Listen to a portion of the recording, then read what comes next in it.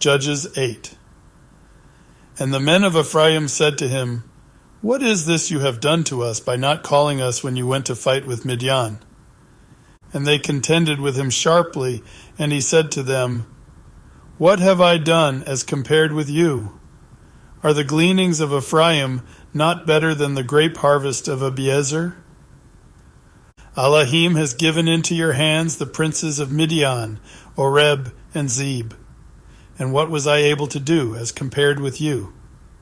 And when he had said that, their rage toward him subsided. And Gideon and the 300 men who were with him came to the Jordan, passing over, weary, yet pursuing. And he said to the men of Succoth, Please give loaves of bread to the people who follow me, for they are weary. And I am pursuing Zebach and Salmunna, kings of Midian. But the leaders of Succoth said, Are the hands of Zebach and Salmunna now in your hand, that we should give bread to your army? And Gideon said, Because of this, when Yahuah has given Zebach and Salmunna into my hand, I shall tear your flesh with the thorns of the wilderness and with briars. And he went up from there to Penuel, and spoke to them in the same way. And the men of Penuel answered him, as the men of Succoth had answered him. So he spoke also to the men of Penuel, saying, When I come back in peace, I shall break down this tower. And Zebach and Salmunna were at Karkor, and their armies with them, about 15,000 men, all who were left of all the army of the people of the east.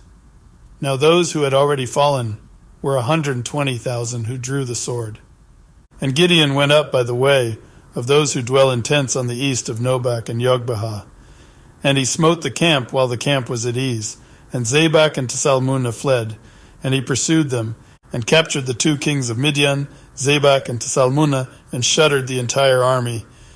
And Gideon son of Joash returned from battle, from the ascent of Keris, and captured a youth of the men of Succoth, and questioned him. So the youth wrote down for him the leaders of Succoth and its elders, 77 men. And he came to the men of Succoth and said, See, Zebach and Salmunna, about whom you taunted me, saying, Are the hands of Zebach and Salmunna now in your hand, that we should give bread to your men who are weary? And he took the elders of the city, and thorns of the wilderness, and briars, and with them he taught the men of Succoth a lesson. And he broke down the tower of Penuel, and slew the men of the city. And he said to Zebach and Salmunna, How were the men whom you killed at Tabor? So they answered, They were like you. Each one looked like the son of a king. And he said, They were my brothers, the sons of my mother. As Yahuah lives, if you had let them live, I would not slay you. And he said to Jether his firstborn, Rise, slay them. But the youth would not draw his sword, for he was afraid, because he was still a youth. Then Zebach and Salmunna said, Rise yourself, and fall on us, for as a man is, so is his might. So Gideon arose and slew Zebach and Salmunna, and took the crescent ornaments which were on their camels' necks. So the men of Yasharel said to Gideon, Rule over us, both you and your son, also your son's son, for you have delivered us from the hand of Midian.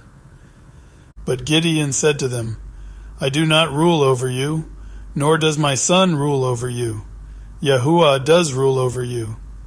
And Gideon said to them, I have a request to make of you, that each of you give me the ring from his spoil. For they had rings of gold, because they were Ishmaelites. And they said, We shall certainly give them. And they spread out a garment, and each man threw into it the ring from his spoil.